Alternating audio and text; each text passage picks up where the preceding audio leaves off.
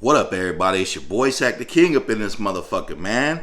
And if you're a returning subscriber, I appreciate your views. If you're new to the channel, I appreciate your views. Make sure you hit that subscribe button below so you can be the first to know and help the channel grow, because I'm giving away $100 to a random subscriber once I reach 1,000 subscribers.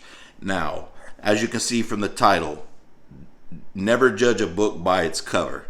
And, you know, often when I tell these life stories, I'm incorporating a lot of like humor and shit, you know, trying to keep y'all entertained and shit like that. But with this game time shit, there's always a message in the story. So, you know, please forgive me if I'm not making so many jokes, because I really want the message to get through to whoever it needs to get to. Now, we've all heard the cliche saying, never judge a book by its cover, man. And you can never judge a book by its cover, like for simple reasons and for more serious reasons. You know, I've seen, you know, for instance, people take somebody too lightly because of how they look or their appearance or how they talked or whatever, and, you know, maybe try to punk these people or start shit with these people and end up getting a motherfucking ass beat.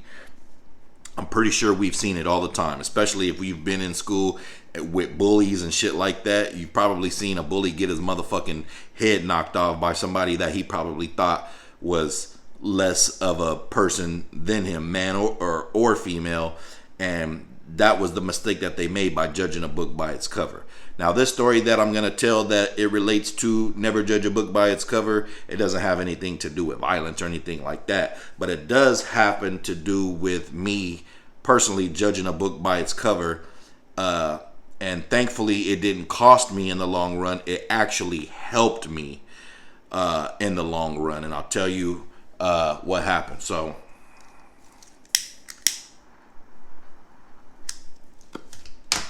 this story is from about maybe like 2004. About 2004, right? So I had just got out the army, you know, and prior to getting out the army in 2003, me and my bro D were making music, you know what I'm saying?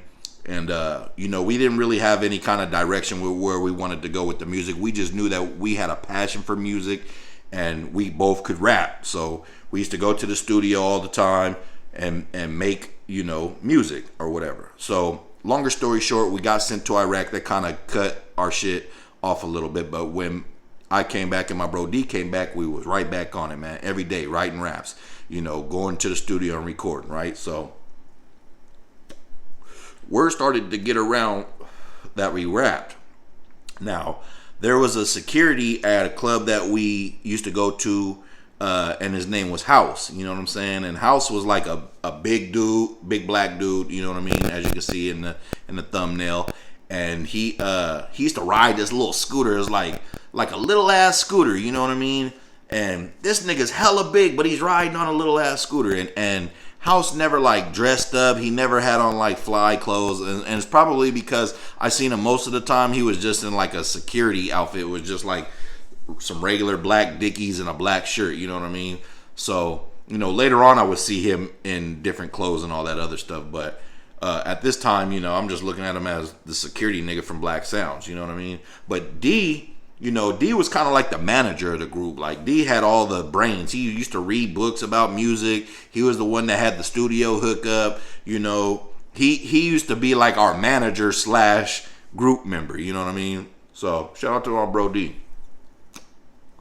But I remember he used to be like, man, this fool House, you know, I'm going up to the bar and this fool House wants to hook us up with this and hook us up with that. And I'm like, the security nigga? Like, the nigga who's always asking for MREs? Because, like, I used to be supply in the army, and we used to have these things called MREs, meals ready to eat, right? But nobody ever wanted to eat that shit. But House used to ask me all the time, like, hey, man, you think you can give me some MREs? I used to be like, bro, you want MREs? And he used to be like, yeah. So I used to give that nigga like a case or two here and there, but I used to be like, bro, what's up with this nigga? Like, why he want MREs? But, you know what I'm saying? Whatever, you know what I mean? So that's kind of like the image that I had of House. Like, this big nigga who just rides the fucking small ass scooter and always asking for MREs, you know what I mean? So I remember one day D was like, man, I'm about to go have a meeting over here with House, man. trying to get us a manager and shit. You know what I mean? And he want to talk to me. He got some connections and shit. So he like, you want to roll? I'm like, all right, fuck it. I ain't got nothing to do tonight. Let's go. So I remember House was like, we went up there to talk to him, and House was like, you know, giving us his spiel, like, man, you know I got a lot of connections in the music industry, and this nigga used to always walk around with like old ass backstage passes, right? Like Janet Jackson, NSYNC, motherfucking MC Hammer, like hella celebrities from the 90s, you know what I mean? Now, this early 2000s, you know, like 2004, so it's not too much after, you know, but these are like some outdated ass VIP backstage passes, you know what I mean? And some of them didn't even have his name on them, so I'm still skeptical, like, bro, what can this nigga do for us? Like, we living better than this nigga, like, you know what I'm saying? And like, some of these don't even got his name or his picture on there. How do we even know that this nigga, you know, I'm a young nigga. I'm like 19, you know what I mean? So I'm not as keen in mind as I am now, you know what I mean? But this was the first lesson that I had to learn about not judging a book by its cover, you feel me? So House used to always, you know, I think we met up with him like one or two more times before, and he was telling us about how he can hook us up with this and hook us up with that, but we wasn't seeing no results from the shit. So I'm just like, whatever, bruh. So anyways, longer story short, one day we go to his house, you know what I'm saying?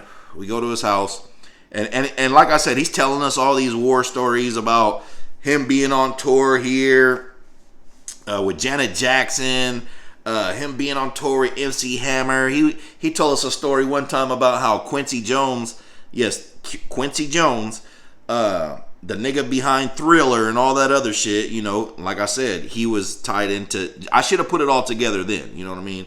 Because Quincy Jones did Michael Jackson's Thriller album and more music with him, and he ended up being a bodyguard for Janet Jackson. That's how he ended up with Janet Jackson, you know what I mean, through Quincy Jones. But I didn't notice at the time. I'm not putting none of this together, you know what I'm saying?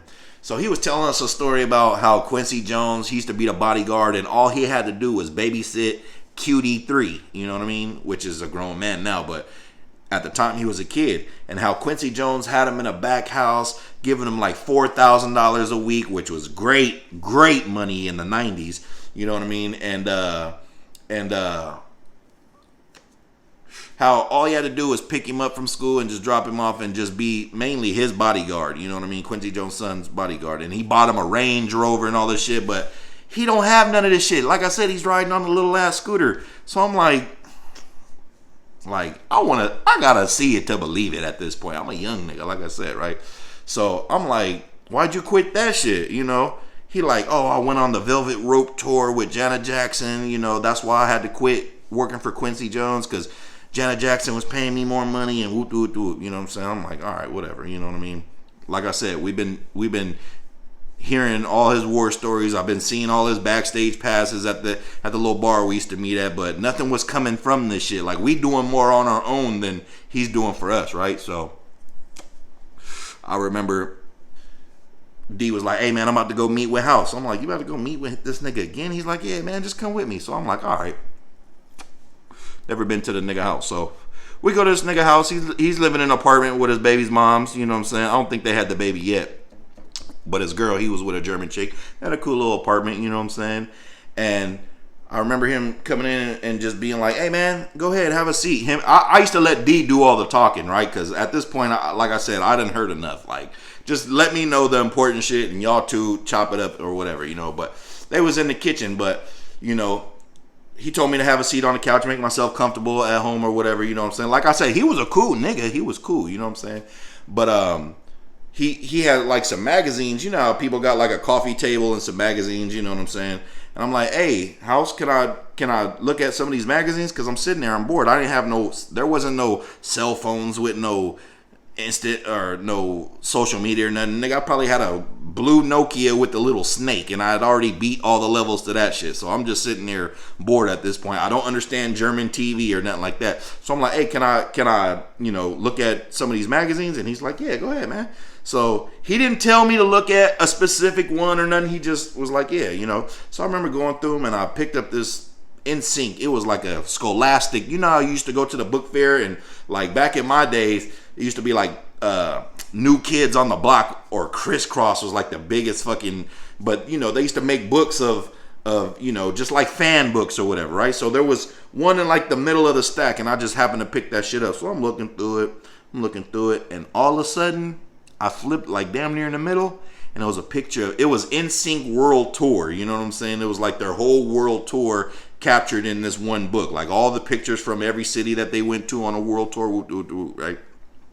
So I remember looking through it, and what do I see? A picture of NSYNC and House is right in the middle of them.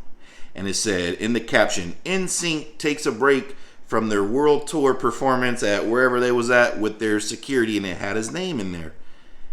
And I looked at that shit and I'm like, wow, this nigga was really telling the truth. Like I said, he didn't tell me, hey man, look at that book, like to try to show off or nothing. It was just like a random book I picked up.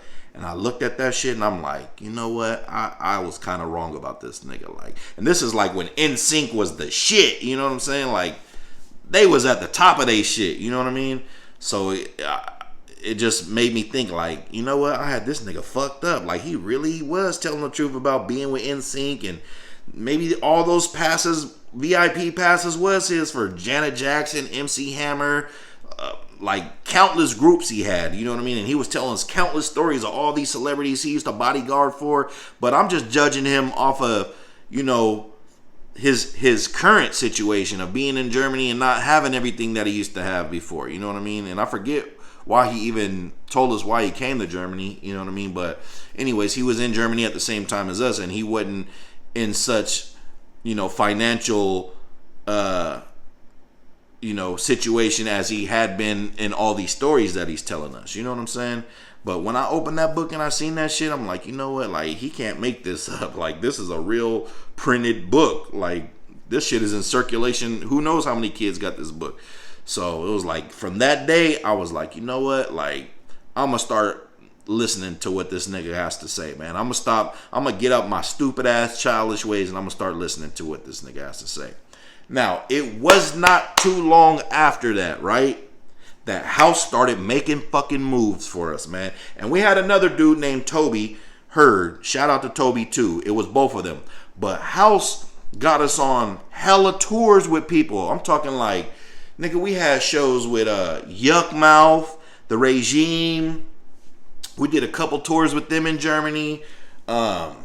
Black. Y'all remember that group Black? Oh, baby, bring it on to me. They had the song with NSYNC. You know what I mean? Boom, like an 808. They had a couple songs. Look up the group Black. Blaque. I think Left Eye's sister was in that group. You know what I mean? At one point in time. But, nigga, we went on tour. Like I said, from the day that I seen that magazine, it wasn't more than 2 weeks that we started going on tour with Yuck Mouth, Drew Down, The Regime. Black came over there. We went on multiple tours with these people. He was hooking up shows with like Nina Sky, Lumity. I think we did some shows with Public Announcement. Y'all remember them motherfuckers? Mamacita, where you at? Been trying to reach you. They lived in Germany at the time. They were doing shows. They came out with R. Kelly. If you look at R. Kelly first CD, it was like R. Kelly and the Public Announcement. It was them niggas. You know what I mean? We had a show with. I remember we had a show with like Koolsavas. Koolsavas. Y'all can Google him. He was like the top German rapper at the time. I'm not sure where he is now in the world, but he was like that nigga, like the top German rapper at the time.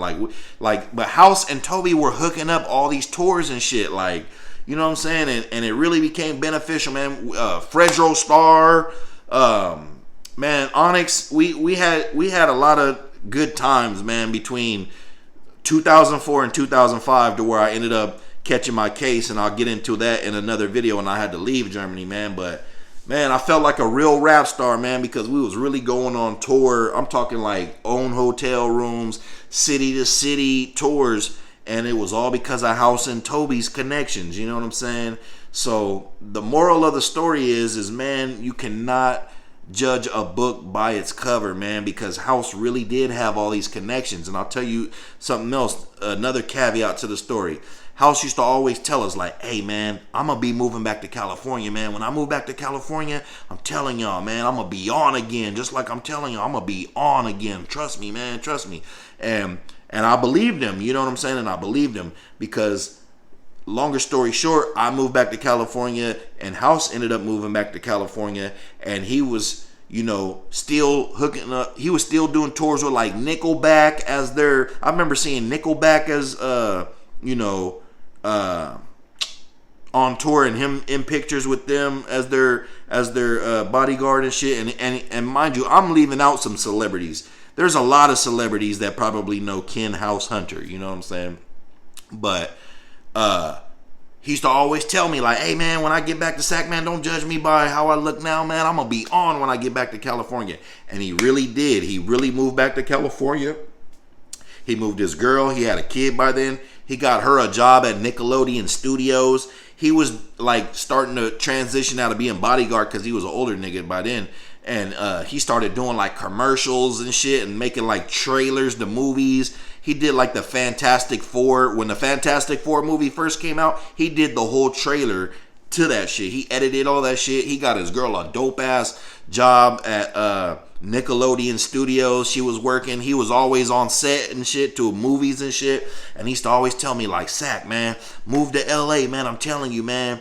Move to LA, man. I'm gonna hook you up with Will Smith. I'm gonna put you in his studio. Man, it's gonna be on. You know what I'm saying? But like, I was so stuck in my ways of trying to be a rapper in Sacramento and make it out of Sacramento and like blow Sacramento up that I just never took him up on that opportunity to just move to Studio City. That's where he was living at the time. And you know, and you know, he was like, man, you can jump into some movies, man. You got hella personality, you got hella character. You could do this shit. And I just never, I really cheated myself out the opportunity, man. And what ended up happening, man, is House, I think he had a heart attack, man, and he died not too long. It was probably like maybe 2008, man. You know, he was a big guy, like I said, but he just all of a sudden just died, man, out the blue. You know what I mean? And we never got to, you know, link back up again after that. We used to always talk on the phone all the time, and he would try to like make some connections, you know, for me because I was still trying to rap when I came home. But you know, it just wasn't like it would have been if I would have moved down there and took a chance and really bet on myself. Now, mind you, I ended up going on to dropping albums and shit later on, but you know, House was really one of the influential people that first helped us out when we were in a group and doing shows and going on tours and shit, man. And you know, I don't know where his son or his wife is now. You know, maybe they moved back to Germany or maybe they're still in America. But man, House was a real good dude, man. Like, and he ended up becoming one of my best friends over there because we spent so much time with him and Toby over there on tours and shit. You know what I mean? And you know, it just sucks that, you know, he was still in the second half of his life where he was doing like more movie shit. And you know, he used to always tell me like, man, I know Ice Cube, I know all these people, man, I can get you in movies, man. I know Will Smith, and you know, he really knew those people. Like, he really knew those people. Like, I remember you know what? Matter of fact, it wasn't 2008 when he passed, because the last thing that I remember him doing is he worked the funeral of Michael Jackson. He worked as security for Michael Jackson's funeral. I remember him telling me that. I called him randomly and like, yo, bro, do you know Michael Jackson just died? Because like I said, he used to deal with Janet Jackson. He was like, yeah, man, I'm doing the security for the family during Michael Jackson's funeral. And I was like, what? He's like, yeah, man, I'm you know, they called me up and I'm still in touch with them and I'm doing the security. And that was like one of the last major jobs that I remember him telling me about. And then all of a sudden, man, so that was like what, 2009? And he passed like not too long after Michael Jackson, man. So, man, rest in peace, House, man. Man, you know, thank you for everything that you did for us at that time, man. Thank you for all the game that you gave us, because it was a whole lot of game that he was giving us about the music industry, about how we should do this, how we should do that, how we need to work on this, how we need to work on that, man. And he was really keeping us really sharp, you know, way back in the days, man. So, like, RIP to my nigga House, man. Ken House Hunter, man. And you know, prayers to his family. I hope his son is probably like 18, 19 now, maybe even 20. You know, and yeah, his son was born 2 weeks after my daughter, man. So, you know, he always had his kid in sports, and he had all these connections in LA, man. And he was from San Diego, I think, you know. But yeah, he used to tell us like, man, I was Ice Cube's roommate in college. We went to Arizona State or Arizona or something like that. He was telling us about that. So he really did have some plugs and connections within the music industry, and I'm glad that, you know, I snapped up out of my stupidness and I got to actually see some of his connections, you know, provide fruits for us, you know what I mean? And yeah, man, I ain't gonna make this video too much longer, but the moral of the story is never judge a book by its cover, man. You know what I mean?